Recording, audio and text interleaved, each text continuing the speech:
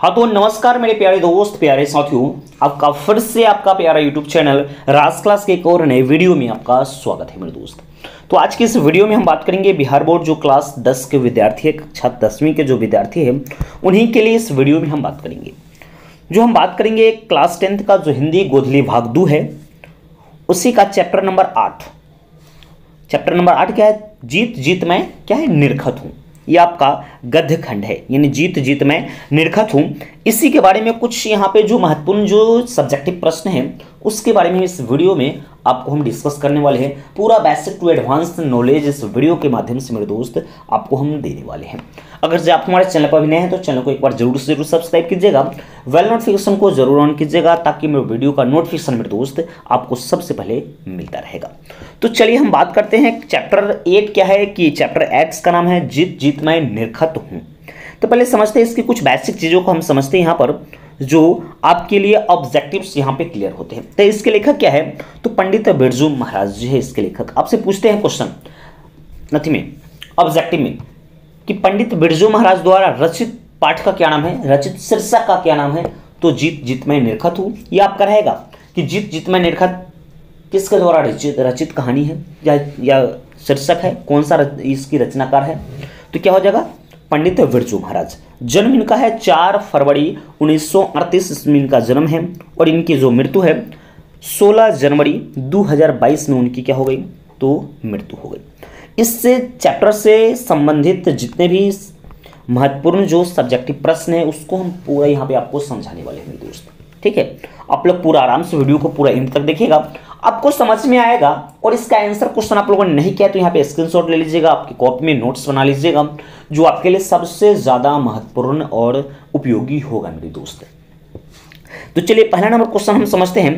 रामपुर और लखनऊ और रामपुर से बिरजू महाराज का क्या संबंध है? जो बिरजू महाराज जी थे उनका रामपुर से और लखनऊ से, यानी लखनऊ और रामपुर से उनका क्या संबंध है उसके बारे में आपको समझाना है। इसमें क्या है? लखनऊ और रामपुर से बिरजू महाराज का संबंध जन्म स्थान और कार्य क्षेत्र का था, यानी उनका वहीं पे जन्म हुआ है और वहीं पे वो कार्य करते थे। लखनऊ में उनका जन्म हुआ था और रामपुर में नवाबों के पास उन्होंने अपना नृत्य प्रारंभ किया था, यानी नवाबों साहब के यहाँ उन्होंने अपना पहला नृत्य वहीं पे प्रारंभ किया था। इसीलिए लखनऊ और रामपुर उनके लिए सबसे ज़्यादा महत्वपूर्ण है और उनका वह संबंध है। फिर अगला नंबर क्वेश्चन नंबर 2 है। रामपुर में नवाबों की नौकरी छूटने पर बिरजू महाराज के पिताजी ने हनुमान को जी को प्रसाद यानी लड्डू यानी प्रसाद क्यों चढ़ाया? फिर समझिएगा, क्वेश्चन को पहले समझिएगा। रामपुर के नवाबों की यहाँ उन्होंने नौकरी करते थे, तो वहाँ से जब बिरजू महाराज उनका नौकरी जब छूटा तो बिरजू महाराज के जो पिताजी थे हनुमान जी को ये मानने हुए थे कि हाँ वहाँ से नौकरी छूट जाएगी तो हम आपका प्रसाद चढ़ाएंगे, लड्डू चढ़ाएंगे। इसका आंसर क्या होगा? रामपुर के नवाब की नौकरी छूटने पर हनुमान जी को प्रसाद चढ़ाया क्योंकि महाराज जी 6 साल की उम्र में नवाब साहब के यहाँ नाचते थे। 6 साल की उम्र से ही उन्होंने नवाब साहब के यहाँ नाचा करते थे। अम्मा परेशान थी, बाबूजी नौकरी छूटने के लिए हनुमान जी से जी का प्रसाद मानते थे वो नौकरी से जान छूटी इसलिए हनुमान जी को उन्होंने प्रसाद चढ़ाया था। ये क्वेश्चन जो आपके लिए है ना सबसे ज़्यादा महत्वपूर्ण इस साल के लिए है मेरे दोस्त, इसको जरूर से जरूर आप इसको याद कीजिएगा मेरे भाई। फिर अगला नंबर क्वेश्चन नंबर आ जाता है 3। किनके साथ नाचते हुए बिरजू महाराज को पहली बार प्रथम पुरस्कार मिला था? तो बिरजू महाराज को चाचा शंभू महाराज और बाबूजी के साथ नाचते हुए उनको पहली बार प्रथम पुरस्कार बिरजू महाराज जी को मिला था। फिर से इसकी आपकी ऑब्जेक्टिव क्वेश्चन इससे भी पूछते हैं कि किनके साथ नाचते हुए बिरजू महाराज को प्रथम पुरस्कार मिला था? तो क्या चाचा जी और बाबूजी के साथ। इस तरह से ऑब्जेक्टिव आपके क्वेश्चन भी पूछते हैं मेरे दोस्त। फिर अगला नंबर क्वेश्चन, यह भी बहुत ही महत्वपूर्ण प्रश्न है। क्वेश्चन नंबर 4 क्या है? बिरजू महाराज के गुरु कौन थे? जो बिरजू महाराज जी थे उनके गुरु कौन थे उनके बारे में आपको एक संक्षिप्त परिचय भी आपको देना है। क्या है बिरजू महाराज के गुरु के नाम? बिरजू महाराज के गुरु उनके बाबूजी थे। ठीक है, वे अच्छे स्वभाव के थे, वे अपने दुख को व्यक्त नहीं करते थे, यानी उसके जो पिताजी थे एक अच्छे स्वभाव के थे, वो अपने दुख को किसी के साथ व्यक्त भी नहीं करते थे। उन्हें कला से बेहद प्रेम था, यानी नाच से उन्हें कला से अपनी कला से उनको बहुत प्रेम था, बेहद प्रेम था।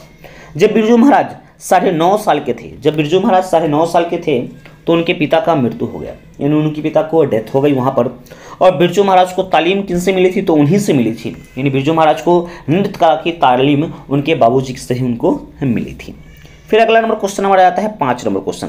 क्या है क्वेश्चन नंबर 5? सब इस चैप्टर के लगभग क्वेश्चन जितने हैं सभी बहुत ही महत्वपूर्ण है मेरे दोस्त। इसको वीडियो को जरूर से जरूर आप पूरा देखिएगा। जो आपके घर में आपके भाई बहन हो या आपके रिश्तेदार में कोई अगर ये क्लास 10 की प्रिपरेशन कर रहे हो तो उनको ये वीडियो जरूर भेजिएगा। इस चैनल को सब्सक्राइब जरूर करवाइएगा, उनके लिए बेनिफिट होगा मेरे भाई, और मेरा भी तो थोड़ा बहुत हो जाएगा मेरे दोस्त। चलिए क्वेश्चन नंबर 5 को देखते हैं। बिरजू महाराज ने नृत्य की शिक्षा किससे और कब देनी शुरू की? यानी बिरजू महाराज जो तो सीखे थे वह भी किसी को शिक्षा देने लगे। कब देने लगे उसके बारे में समझिए मेरे भाई। बिरजू महाराज ने नृत्य की शिक्षा रश्मि जी को करीब 56 के आसपास जब उन्हें सिखाने वाले की खोज थी देनी शुरू की। सीखने वाले की खोज थी।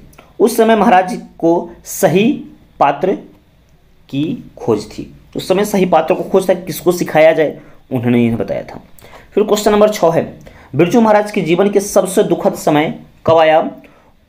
उससे संबंधित प्रसंग का वर्णन करने के लिए यहाँ पे इस प्रश्न में कह रहा है, तो उसको समझिएगा मेरे भाई। बिरजू महाराज के जीवन में सबसे दुखद समय उस समय आया जब उनके पिताजी की मृत्यु हो गई। यानी बात सही है, उनके पिता की जब मृत्यु हो गई तो उनको सबसे ज़्यादा दुखद समय आया। फिर है उसमें तब बाबूजी केवल 9.5 यानी तब बिरजू महाराज केवल 9.5 साल के थे। उस समय जब उनकी बाबूजी की मृत्यु हो गई तो बिरजू महाराज की आयु जो थे 9.5 साल के थे। घर की हालात बहुत खस्ते थी, बहुत खराब थी, बहुत दयनीय हो गई थी। घर में इतने ही पैसे नहीं थे कि उनका दशमा यानी 10 कर्म जो होता है ना, हिंदू धर्म में माना जाता है 10 कर्म दशमा जिसको कहते हैं, वह भी उस समय उनके करने के लिए उनके पास पैसे नहीं थे। उनके लिए बिरजू महाराज ने 2 कार्यक्रम करके 500 रुपये जमा किए।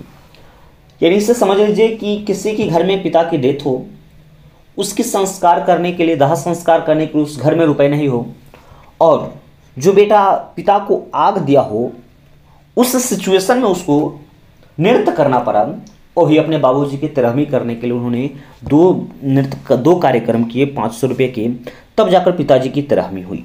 ये बहुत दुखद घटना उनके साथ हुई थी बिरजू महाराज जी के साथ। पिता की मृत्यु और उसके हालात में नाचना बिरजू महाराज के लिए सबसे बड़ा दुखद अनुभव है। क्या? पिता की मृत्यु एक बहुत बड़ी सदमे है और खुशी का माहौल उसमें करके और नृत्य करना सबसे बड़ी दुखद समय होती है। अपने आप को संभालने की वो समय होती है मेरे भाई। फिर अगला नंबर क्वेश्चन आता है, क्वेश्चन नंबर 7। क्या है? संगीत भारती में बिरजू महाराज की दिनचर्या क्या थी? यानी संगीत भारती जो है उनमें बिरजू महाराज की क्या दिनचर्या थी उसके बारे में समझिएगा आंसर। संगीत भारती में प्रारंभ में 250 रुपये मिलते थे उनको। उस समय दरियागंज में रहते थे। वहाँ के प्रत्येक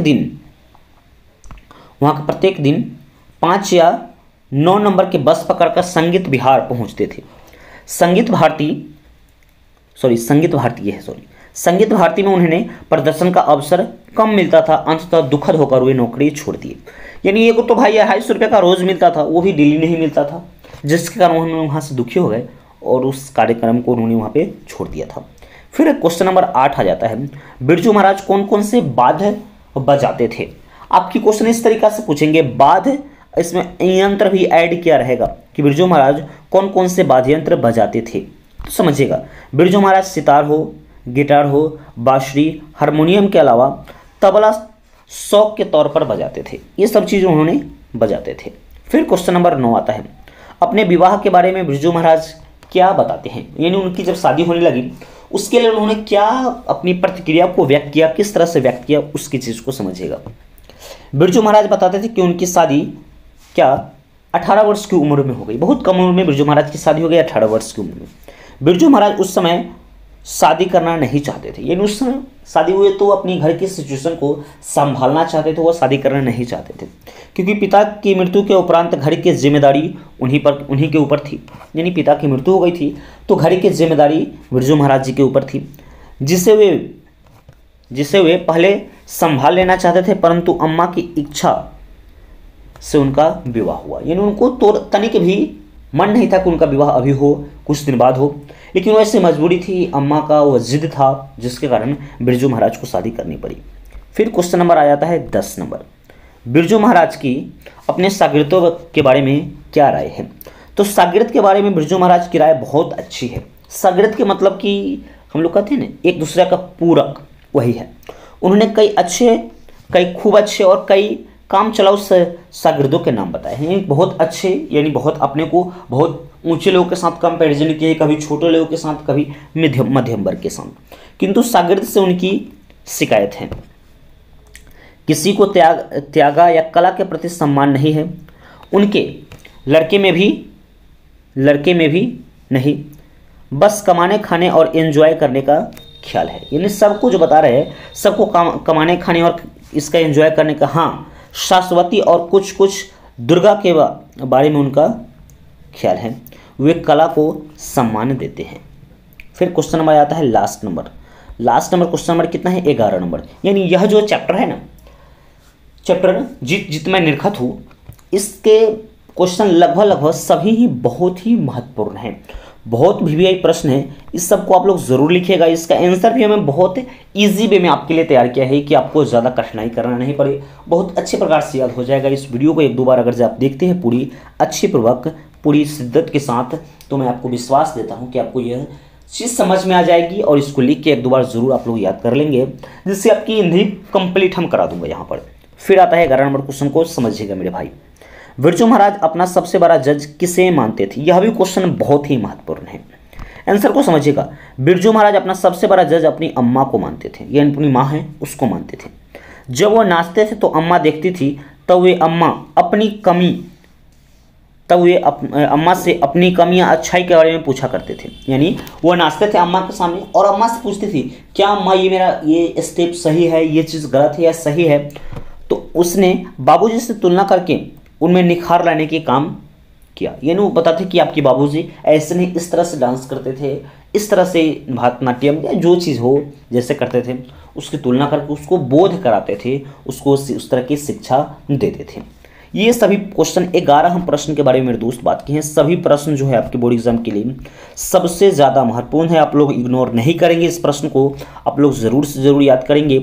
आपकी बोर्ड एग्जाम में जितनी प्रश्न हैं इस चैप्टर से कुछ तो कुछ प्रश्न आपसे पूछते हैं, इससे कुछ ऑब्जेक्टिव भी क्लियर होते हैं। जो वीडियो आप देखे हैं ना, ये वीडियो मेरा जो वीडियो आप देख रहे हैं, इससे आपको कुछ ऑब्जेक्टिव प्रश्न भी क्लियर होंगे मेरे दोस्त, जो आपको पूरा डिटेल करके मैं आपको यहाँ पे बताया हूँ। और इस वीडियो को अपने सभी दोस्तों को, सभी रिश्तेदारों के पास भेजिएगा। केवल उन्हीं के पास भेजिएगा जो क्लास 10th की तैयारी कर रहे हैं, प्रिपरेशन कर रहे होंगे, बिहार बोर्ड से होंगे। उनको एक बार वीडियो को जरूर भेजिएगा मेरे दोस्त। ये वीडियो कैसा लगा हो एक बार कमेंट सेक्शन करके कमेंट में जरूर बताइएगा। अगर जब आप हमारे चैनल पर अभी भी नए हैं, वीडियो देखने के बाद भी अपने हैं, तो एक बार चैनल को आपसे रिक्वेस्ट है कि चैनल को सब्सक्राइब कर लीजिएगा, बेल नोटिफिकेशन को ऑन कर लीजिएगा, ताकि मेरे वीडियो का नोटिफिकेशन मेरे दोस्त सबसे पहले आप सबको मिलता रहेगा। तो मिलते हैं नेक्स्ट वीडियो में, तब तक के लिए मेरे दोस्त जय हिंद।